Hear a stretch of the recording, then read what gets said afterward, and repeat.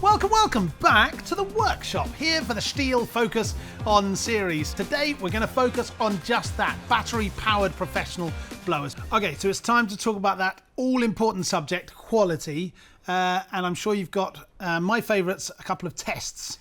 Of course, yeah.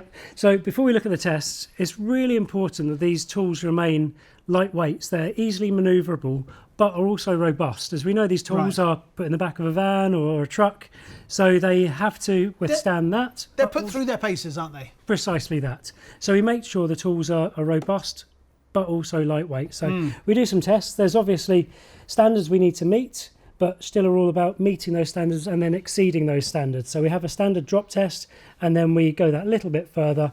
And of course, so you drop them from higher than the test standards dictate. Exactly. So here we've got the BGA 250, easily withstanding that fall from a higher height.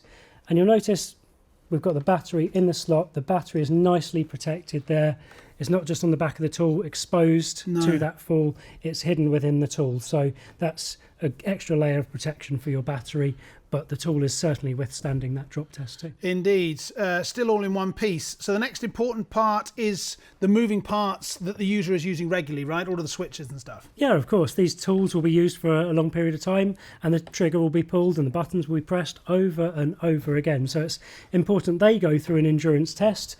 Here we've got the BGA 250 set up on a rig with the blower actually having the triggers pulled, blowing, and then released again, and then over and over again. So fortunately we've got a machine to do that. Yes, absolutely right.